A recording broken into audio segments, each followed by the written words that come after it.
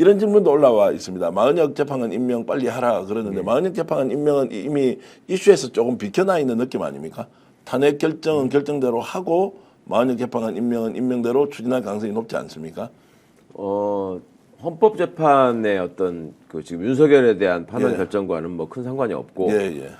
단지 지금 이제 최상목 씨가 얘기한 3월 4일 국무회의가 지금 열렸잖아요. 예. 그러면 오늘 중으로 이제 임명을 해야죠. 그 임명하지 않으면 바로 저기 그 범죄가 그러니까 이미 뭐 범죄는 성립됐지만 이제는 실제 고발 절차에 나갈 텐데 지난번에도 말씀드렸지만 뭐 저를 포함해서 여러분들이 이 사람 반드시 고발해서 처벌해야 된다라고 생각하고 있고 아마도 최상목 씨의 어떤 그 기회주의적인 소심한 속성을 볼 때 오늘 국무회의에서 나온 의견을 핑계로 임명하지 않을까 네. 생각하는데 그러니까 뭐 난데없이 지금 이 와중에 다들 잊고 계시는 게 지금 대법관 후보자 마용주 판사가 또 있어요. 그 사람은 그냥 괜히 지금 권성동 스스로도 아니 마용주는 임명하는데 반대하지 않는다라고 하는데 그 마용주만 임명할 수 없으니까 지금 임명되지 못하고 네. 그냥 지금 홀로 독사무실에 앉아 있다는데 참 이상한 사람들입니다. 어쨌든 그 사안대로 좀 지켜보기로 하고요. 이제 이재명 민주당 대표에 대한 이제 호감도를 얼마나 키우느냐, 비호감도를 얼마나 줄이느냐 이제 이게 이슈가 될 텐데 그렇죠.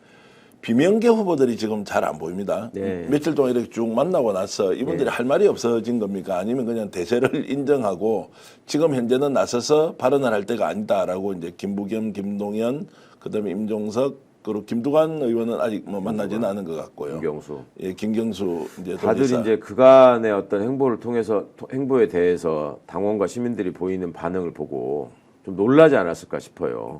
그러니까 그러니까 이재명과 차별화할 수 있는 당내 이슈라고 하는 게 개헌, 원포인트 개헌 뭐 이런 점을 잡았던 것 같은데 그거를 국힘 쪽에서 지금 들고 나오는 바람에 네. 그 얘기를 계속 하기도 지금 애매한 상황이 됐고 그리고 그동안에 얘기해 왔던 무슨 포용, 화합 이런 부분에 대해서 이재명 대표가 지금 그렇게 하는 행보를 보이니까 그러니까 뭔가 이제 얘기를 더 할 만한 영역이나 이제 범위가 자꾸 줄어들고 있는 거죠. 네. 그렇다면 정책적인 대안이나 아니면 그 내란 세력 진압에 관한 보다 더 선명한 입장이나 이런 것들을 내세워야 될 것 같은데 지금 사실상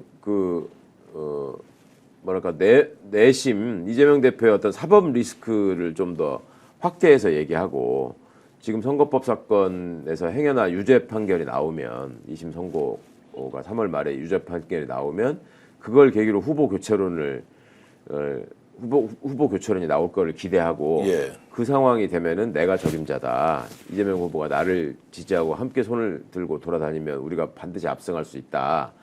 이런 기대밖에는 사실 남아있지 않잖아요. 근데 그럴 가능성도 지금 별로 없어 보인단 말이에요. 그 분석이 이제 확 와닿지는 않습니다. 예를 들어서 2심의 유죄가 났기 때문에 후보 교체론이 여론이 되고 이걸 통해서 새로운 후보를 찾아보자라는 게 그러니까 실제 그분들이 기대하는 바는 그런 생각을 하는 분들이 있더라고요. 근데 오히려 지금 비명 쪽에서 제대로 경쟁을 하려면 자 내란 세력을 어떻게 정리할 것인지, 그렇죠. 국가 발전 전략을 어떻게 맞아요. 세울 것인지, 네. 이재명과 차별화되는 난 기본소득 동의 못한다.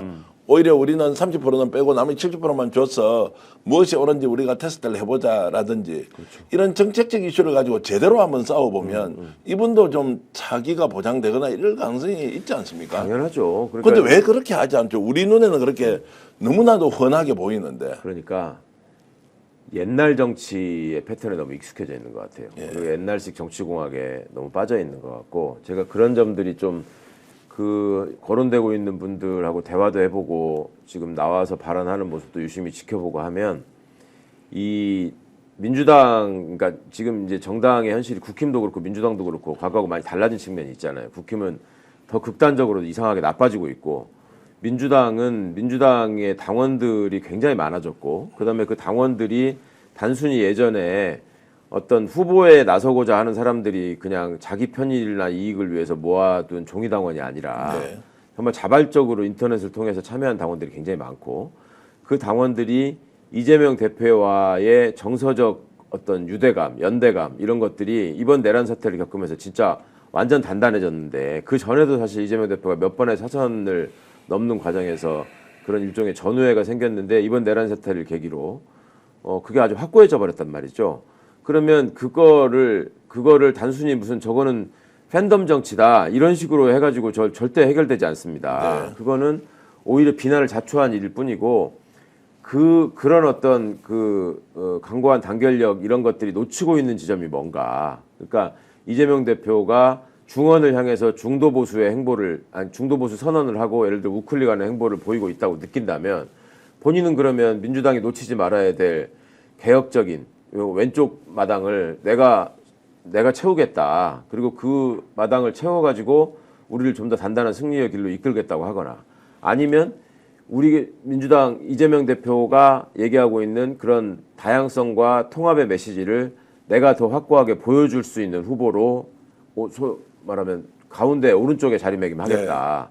뭐 그런 확고한 포지션을 정해야 되는데 그러지를 못해요 지금. 왜 그런지 저는 도무지 이해가 안 된다고. 아니 그러니까 그만큼 감각도 떨어지고 이 현장에서 함께 호흡한 적이 없다 보니까 이 머릿속에 있는 전략으로만 자꾸 생각을 하니까 실제로 이게 안 민심과 되는 당심을 잘 모른다는 거니까 파악을 제대로 못하고 그런 있다. 것 같아요. 예, 이렇게 막연하게 언론을 통해서 나오는 뭐 이재명 대표에 대한 비토 정서가 여전히 있지 않냐. 뭐 진보 개혁 진영은 여전히 비주류라서 선거 때 되면은 아슬아슬하게 이길 수밖에 없지 않냐.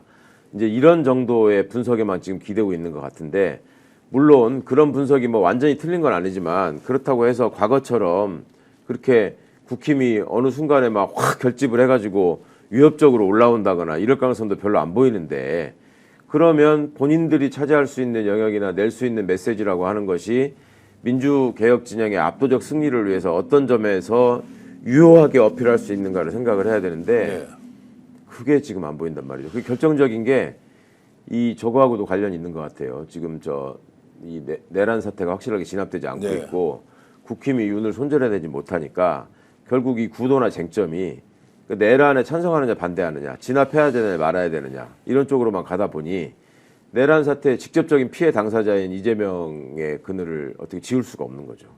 오히려 이재명 민주당 대표보다 더 강하게 내란 사태에 대한 문제점을 지적하고 윤석열에 대한 사법적 처리가 어디까지 가야 된다는 맞습니다. 주장을 하면서 왜 민주당 여기서 국민들한테 직접 얘기하지 않느냐 더 강력하게 얘기하라라는 방식으로 가면 그렇죠. 상당히 괜찮을 것 같다는 생각이 그러니까 예전에 들기도 한데 박근혜 탄핵 과정에서 문재인 후보에 대한 이재명 당시 그 후보의 입장 뭐 그런 것들을 얘기하는 사람이 있을 수 있고 그런 것들을 통해서 국민적 호응을 얻을 수 있는 측면이 있고 또 당시에 안희정 후보가 갖고 있던 포지션 그러니까 뭔가 좀 이렇게 점잖은 보수한테도 어필할 수 있는 후보 뭐 이런 것들을 함께 좀 고민하면서 자신의 역량이나 위치도 좀 파악해서 경쟁을 했으면 좋겠는데 좀 아쉬움이 많이 있습니다.